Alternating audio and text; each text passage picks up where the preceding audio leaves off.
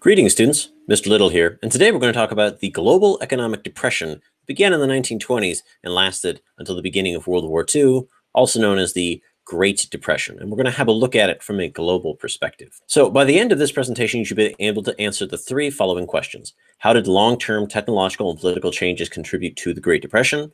How are the environment and human movement affected by the Great Depression? And how did groups and governments around the world react to the Great Depression? If you haven't figured it out, it's all about the Great Depression. Let's start with talking a little bit about what the Great Depression is. So according to Encyclopedia Britannica, the Great Depression is a severe worldwide economic depression that took place mostly during the 1930s, beginning in the United States and ending with the outbreak of World War II. What does an economic depression look like? Well, it means that total industrial output and agricultural production fell worldwide. Although in some areas, industrial production might have gone up and agricultural production might have gone down, it varied. But there was on net a decline in both. Total international world trade fell as well, perhaps by 50%. And unemployment, or some sort of loss in income or loss in food security, was felt worldwide. You know, it's really interesting. We don't use the term depression to describe economic panics anymore. The most recent economic panic of my lifetime was the recession of 2008. They don't use the word depression anymore because it conjures up images of the 1930s and the Great Depression. But the reason why they started to use the word depression in the 1930s was because they didn't want to use the word that had been previously used, which was panic. And one of the earlier economic depressions that precedes the Great Depression is the Panic of 1873, which leads to the Depression of 1873 to 1879. And what is the cause of the Panic of 1873? Well, there's two main causes: overspeculation in U.S. railroad building by European investors, and the devaluation in silver by the German Empire in 1871. But here's what you need to understand. By the 1870s, the entire global economy was so interconnected, thanks to a combination of new technology and imperialism, that simple decisions made in Europe could affect businesses in the United States, as was the Panic of 1873, where a quarter of American railroads went bust and 10,000 businesses shut their doors. And the effect was the pre-World War I era protectionism that I was talking about during the Chapter 33 presentation, among many other things. But what the Panic of 1873 serves to remind us is that the global economy is an interconnected economy. So for example, imported food is at a lower cost to Europeans, but there's a hardship on Indian and Latin American farmers if there's any sort of downturn. A shift in demand for goods and labor encourages migration globally. You might remember this from the age of imperialism. And new technologies that come out of the second industrial revolution can produce more goods more efficiently. This lowers the labor needs as well as wages. And it's also worth noting the question of what even is the economy. We talk about the economy so much, it almost seems like an accepted fact. But what you really should understand is before the Great Depression, there was no government agency keeping track of GDP, employment, all this data and numbers. A lot of the ones you might see in your multiple choice questions or in charts have usually been reconstructed by historians. But at the time, outside of a large corporation, nobody's really keeping track of how many boxcars are built every year, how many cows are raised every year, how many bushels of wheat are created every year. Only beginning in the Great Depression are these numbers kept consistently by governments worldwide in order to build a picture of what the, quote, economy actually is. So let's talk about the causes of the Great Depression. So long-term underlying causes can be boiled down to two main things: war production from World War I and financial market expansion. I'll explain what I mean by that. There's a really great acronym I like called CORT, C-O-R-T, which stands for credit issues, overproduction, reparations and loans, and trade imbalance. These are the four underlying reasons for the Great Depression. The credit issue in particular is interesting because you have the proliferation of financial markets in ways you hadn't seen before World War I, especially in the United States. Regular everyday citizens are putting their money in the stock market. They're trading on the margins. They're trading with money they don't actually have. They're taking out loans to buy more stock, to pay for more stock. And banks are in on this too. They're using the money that people have deposited in their banks to buy stock in the hopes that it's going to go up.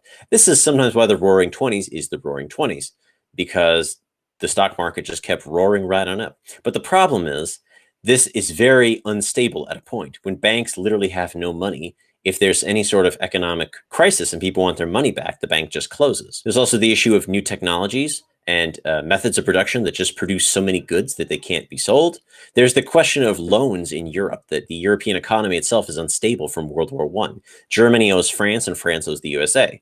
So the USA forms a plan to loan money to Germany to pay back France to pay back the USA.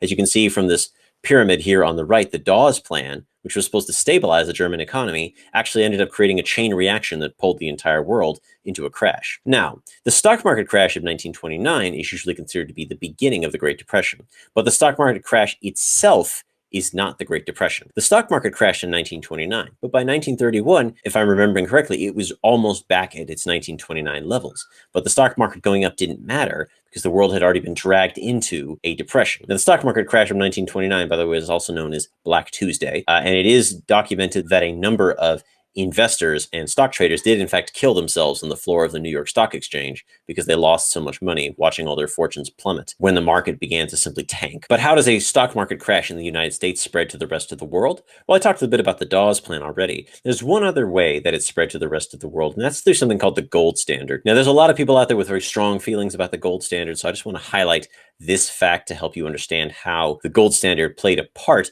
in intensifying the depression. By the time of the stock market crash, the US has the highest gold reserves in the world.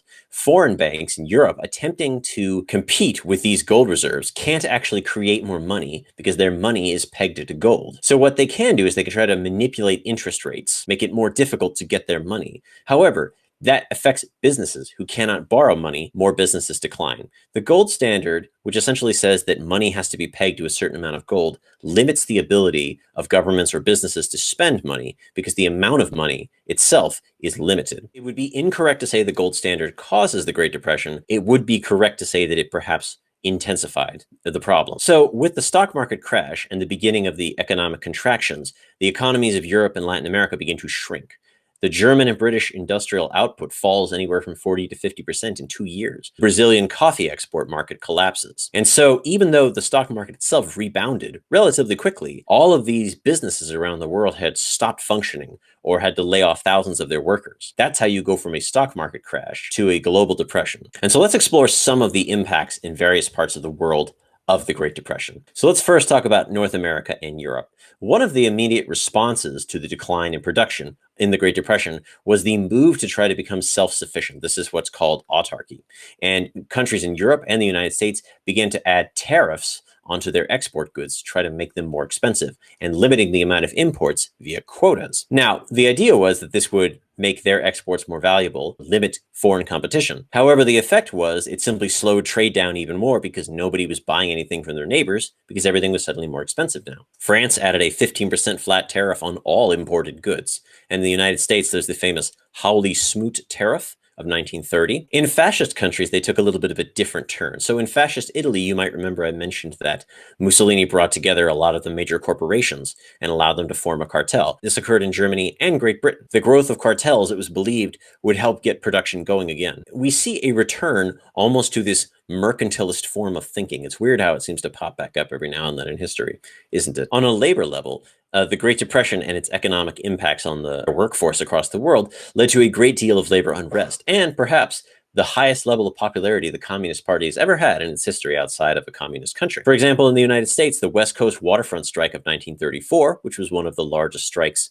across the country in its history, was organized in part by several communist syndicalist groups. And it was not limited to the United States. From 1934 to 1938, every major Caribbean island saw some sort of protest or strike in response to the Depression's economic conditions. And on a political level, the economic downturn led to a great deal of instability. Now, a lot of people are familiar with the hyperinflation, as can be seen from the picture over here on the right, where a German man literally uses money as wallpaper because it's worthless as money itself. It's more valuable as wallpaper. But that occurred almost 8 years before the Depression. And that hyperinflation was fixed with some financial restructuring and the American loans that were part of the Dawes Act. The political instability meant that fascist parties, and to a lesser extent communist parties, became much more popular across Europe because they had an alternative to the standard middle-of-the-road, maybe social democratic or liberal parties that didn't seem to be able to do much about the Great Depression. France is a great example of this. The French political parties were unable to create coalitions to govern together effectively. Beginning in 1932, for many years, effectively France was in political chaos because they couldn't have a lasting governing governing coalition between parties who just didn't agree with one another. The Nazi Party, once they came to power, took the time to create public works programs in an effort to put German workers back to work. The validity of many of these is questionable. So, for example, giant stadiums that didn't really serve much of a purpose. Nonetheless, these efforts made the Nazi Party increasingly popular after they had seized power. In all of this, there was a young economist named John Maynard Keynes. Now, John Maynard Keynes wrote a lot about a lot, and if you're an economist, you probably are going to know more about him. For the sake of history,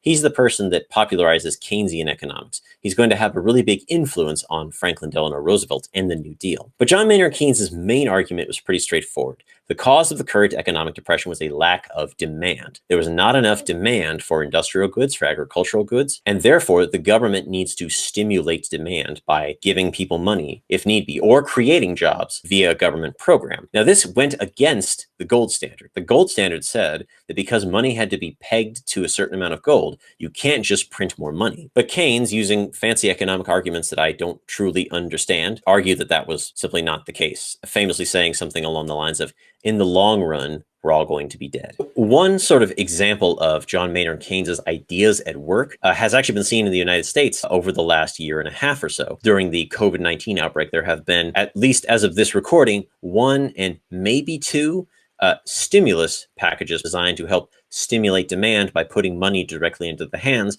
of consumers who are going to go then spend that money and help revive the economy. Now, it's also worth noting that these stimulus packages have been heavily contested and heavily debated and the subject of a lot of scrutiny and argumentation, which just goes to show you that the history of ideas is also a history of debate and argument. Let's talk a little bit about the Japanese Empire. So Japan was actually only mildly affected by the Great Depression. Government spending and a couple of smart policy moves actually made Japanese exports cheaper on the international market, and they began to actually displace British exports in the early days of the Great Depression. However, one move by some civilian politicians to reduce the military budget actually led to the military assassinating those civilian politicians. I should note at this point that the military in Japanese society was taking on a very important social role. The military's role in not only defeating China, Russia, now Germany, being victorious in seemingly every conflict they fought, gave them a very high level of prestige, and efforts to reduce the budget they saw as a threat to their power. And this assassination of civilian politicians effectively made Japan's transition from an absolute monarchy with a constitution to a militarist monarchy, where civilian politicians really didn't have any say over the activities of the military. It's usually said that civilian control of the military is one of the key cornerstones of democracy. This is going to have grave consequences in the near future. Despite the mild effect of the Great Depression on Japan, nonetheless, a group of Japanese intellectuals got together in something called the Showa Research Association in response to the Great Depression to examine various economic and political models to see what Japan should do next, essentially. And this is very much reminiscent of the Iwakura mission in the late 1800s during the Meiji Reformation. So, for example, they examined the Soviet Union and they examined fascist Italy and Nazi Germany. And what they advocated was kind of a mix of everything. They believed that Japan should embrace a level of state-guided development, possibly even 5-year plans. And fun fact, the Japanese government actually did adopt a 5-year plan after World War II. And a level of corporatism, which Japan already had. You might remember the Zaibatsu cartels that came up during the early industrial period in the Meiji era. But just like a lot of the other states, Japan also believed it should pursue autarky. It should be self-sufficient. And part of this was that they were afraid that perhaps the Western powers might attempt to strangle Japan's power via a military embargo. It's worth remembering that Japan got most of its Second Industrial Revolution materials, tin, oil, rubber, from Europeans or from the United States. And Japan, despite being a victor in World War I, was nonetheless very nervous about the Western powers. The League of Nations, which they viewed as just a continuation of imperialism, as well as the fact that Japan's proposed racial equality clause of the charter had been rejected, made them very nervous that the Western powers might be getting ready to sort of strangle Japan and put it down. To prevent this end, Japan would embark on several paths, one of which was the industrialization of the colonies. So, for example, Korea, which was a Japanese colony at this time, saw the building of a great many hydroelectric power plants, especially in northern Korea, which is why after World War II, northern Korea had more industrial laborers than southern Korea, and that's part of why socialism and communism was so popular there. This also included the occupation of more territory from China. You might remember the 21 demands from World War I. Well, that's going to continue, except this time Japan is going to actually begin taking territory. And they began with the occupation of a Chinese territory called Manchuria. Manchuria. Now, if you talk to somebody from China and you say Manchuria, they might not know what you're talking about because there's no state in China today corresponds with Manchuria. You might have to say like Harbin, which is one of the largest cities in the region. Manchuria is just a very English American history textbook word. Manchuria, you might remember, is the homeland of the last dynasty that ruled China, the Qing dynasty. Japan had built some railroads there, gotten a concession from the Chinese government and built some railroads there. And in 1931, they occupied this vast territory, ostensibly to protect their railroad interests, but in reality, it was to gain access to the coal and the iron ore that could be found in Manchuria. Now, of course, Japan legitimized this and called it an independent state called Manchukuo that was under Japanese protection, a sort of protectorate. This is going to be the first step in a later full invasion of China about 6 years later, really the beginning of World War II. Case in point, the Great Depression, even though it might have only mildly affected Japan economically, set the stage for the political changes that are going to lead to World War II. Let's talk a little bit about Latin America. So this slide is actually just going to talk mostly about the economics of Latin America during the Great Depression. I will take time later to talk about the political changes that occur in Latin America during this time. But to start with, you might remember from chapter 30 that Latin America's economies were pretty much all based on exporting of raw materials or cash crops. And their political authority of their leaders was based on enabling this export economy. So when the Great Depression reduces the demand for cash crops or reduces the demand for raw materials, and for example, rubber and copper in Chile and Brazil drop by 50 to 75%, the leaders of these countries effectively lose their legitimacy, and many of them are either voted out or overthrown in military coups. The decline of so many mining and cash crop industries leads to mass unemployment in rural areas and mass migrations to cities. And so we see the explosive growth of cities such as Santiago in Chile or Sao Paulo in Brazil. This is not unique to Latin America, by the way. There was also something known as the Great Migration in the United States, which did precede the Great Depression, but continued into the Great Depression, by which African Americans in the rural South migrated north to the industrial cities such as Pittsburgh, Philadelphia, Detroit, and Chicago. And so many of the new governments embraced what we might call economic nationalism or developmentalism, or also corporatism, which we've talked a little bit about, somewhat similar to what Mussolini was doing in Italy. And the goal essentially of many of these new governments was to break the need to trade with Europe or the United States. And one of the ways they sought to do this was through something called import substitution industrialization. And it basically goes like this. Use your exports, aka your raw materials or your cash crops, to pay for industrialization, to educate your workers, to import more food so that you can support an industrial labor force. And of course, the government is going to guide this. And many governments did create corporations and directed industrial production. Those industrial goods that they are then producing in their countries are going to be sold to the domestic market. Your own people are going to buy it. You're not going to have to export it elsewhere. And so this was a plan by which many new governments that came to power in Latin America before and during the Great Depression wanted to improve their country's status. No more was it going to be just about exporting their raw materials. It was in fact going to be about attempting to industrialize and make themselves great powers. Now, it's worth noting that the legacy of import substitution industrialization is somewhat mixed, and we'll get more around to that when we get to chapter 37. But it's suffice to say it worked better in larger nations that have a larger domestic market. So if you could say that it worked in Mexico, it worked in Brazil, it worked in Argentina and Chile. It didn't work so well in Ecuador, it didn't work so well in Bolivia. But again, more on that when we get to chapter 37. This also meant a new round of internal colonization. You might remember in chapter 30, right after independence, many of the new criollos who were running these new republics confiscated Indian land previously protected by the Spanish crown. This began again, especially in Central America, which didn't do so much import substitution industrialization, but sought to expand its cash crop production. But it also took a very interesting turn in Brazil, where we began to see the settlement of the Amazon rainforest. Now, it's interesting that prior to the 1930s and the new government in Brazil, the Vargas regime, or the Estado Novo, the Amazon had been viewed by coastal Brazilian elites as sort of a terra incognito, a green hell, if you will, not a place you want to go and not a place of much use. But the new government in Brazil saw it as an opportunity, a place where resources could be exploited and a place where people could be settled, a frontier, almost like the American frontier. And this really kicks off the ongoing debate about the role of the Amazon in the Brazilian identity and in Brazilian politics that we're still dealing with today. The most recent election in Brazil was in part shaped by the question of what to do about the Amazon and deforestation in the Amazon. This also, I should add, entailed the nationalization of foreign-owned companies. So you might remember economic imperialism from chapter 32. the United Fruit Companies and Standard Fruit? Well, there were a number of oil companies, such as Standard Oil and a number of European oil companies operating in Brazil and Mexico and Bolivia. They had been invited by earlier governments in the late 1800s to build the infrastructure needed to extract oil, and they'd usually been given very generous concessions and the right to run railroads, etc., etc. These new governments in Latin America, however, decided that they were not getting a good deal from these oil companies, and they usually found some reason or another to take over the infrastructure that had been built. So in Brazil, this was in the form of a company called Petrobras. In Mexico, it was called Pemex. And in Bolivia, it's a long name, but the acronym is YPFB. The Mexico story in particular is very interesting because had it happened a lot earlier, the outcome might have been different.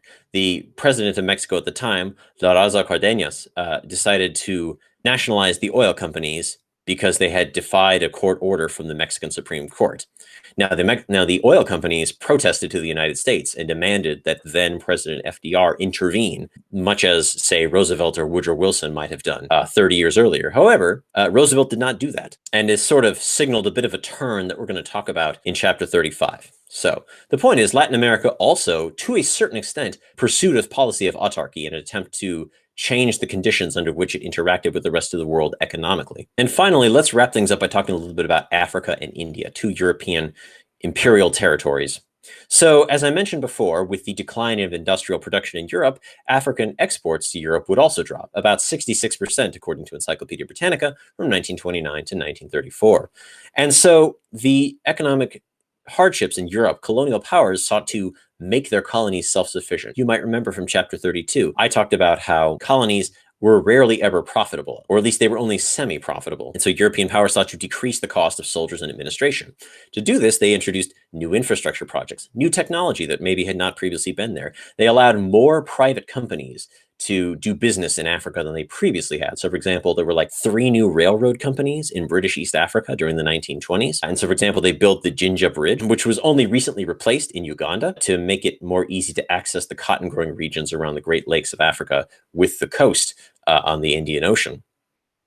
However, it's also worth noting that this involved a great deal more forced labor through a combination of taxation and criminalization. As one Kenyan colonial administrator put it, quote, "We have stolen his land, now we must steal his limbs," referring, of course, to Africans. And whether that meant mining for precious metals or working on large plantations that sold cash crops back to Europe at a low price, the Great Depression affected Africa just as much as anywhere else. However, Africans also struck back where they could. So, in the British Gold Coast, what is now Ghana, in 1937, a group of cacao farmers went on strike, refusing to pay the artificially low prices the British had set for their cacao beans. This is referred to as a pool agreement. They pool together their cacao and get a very specific price.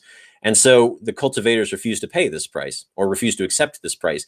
And it's something like 400,000 tons of cacao beans went up in smoke over the course of 1937. And eventually the British were forced to acknowledge that the price was too low and to raise the price a little bit higher. So, strike up one for the cacao growers of the Gold Coast. Also, side note, one of the reasons this is such an interesting episode is because this strike was supported by Pan-African organizations from around the world, from England to the United States. And so it's an early demonstration of Pan-African collaboration, which we'll talk more about later. And let's finish things off by talking a little bit about British India. So just like Africa, British India supplied a great deal of raw material to Great Britain, and the collapse of that cash crop and raw material market hurt Indian farmers, those who had grown cotton, indigo, jute, saw their incomes falling great, and yet the colonial government continued to collect taxes at the same rate to pay for their soldiers and administrators. This, by the way, led to a huge precious metal drain out of India. And it's at this point that the rupee actually stops being issued in a metal coin and begins to be issued in a piece of paper, because the colonial government still has to make its payments to Great Britain and uses gold and silver from India to do so. And so in response to these hardships, there are a number of movements. Probably one of the more well-known ones would be Mahatma Gandhi's Salt March, in which Mahatma Gandhi and several hundred of his followers marched to the sea to collect salt, which was technically against the rules because you had to pay taxes on it. But this was a non-violent means of officially protesting excessive taxation. A little bit less known, but still even more interesting in my opinion, is the Tapaga movement. I sincerely hope I'm pronouncing this correctly, which was in Bengal. And Tapaga is, it means to divide into thirds. And essentially, this is a movement by rural farmers to ask their landlords to reduce the amount that they're going to take from them by a third from its original half. And this was actually organized and supported by the Indian Communist Party. We don't normally think of India as a place with lots of communism, but the modern day state of Kerala in southeast India is actually a hotbed of communist activity and support. And eventually this movement did succeed in getting the taxes reduced shortly before independence from Great Britain. But a sort of downside of this, if you will, was that it actually increased Hindu-Muslim tensions in Bengal, because while most of the farmers were Muslim, most of the tax collectors, the zamindars, were Hindus. And so this sort of had the unfortunate effect. One slightly unrelated, but still really interesting thing is that right before the Great Depression, the Indian National Congress, which was really mad at Great Britain for not keeping its promise to support Indian home rule during World War I, officially declared independence in 1929, meaning they were no longer going to cooperate with British governing authorities. The flag that they created for an independent India, which you can see here in the right-hand corner, in the center of this flag was the charkha, or the spinning wheel. Now, the current flag of India no longer has the charkha. It has what is referred to as the Ashoka chakra, which is a symbol from Ashoka Maurya's empire. It's sort of related to Buddhism. But they believe that this would be more appropriate to all the communities of India. But my point is, the early Indian flag of independence recognized, even in a subtle way, that the basis of Indian independence, that is its tradition of weavers and loomers, had been destroyed or damaged by the British, and they sought to reclaim this. I just think that's a really interesting fact. So I hope this examination of the global impact of the Great Depression has been interesting to you. You should definitely be able to answer those questions from the beginning of the presentation. I want to thank you for joining me. My name is Mr. Little, and I'll see you next time.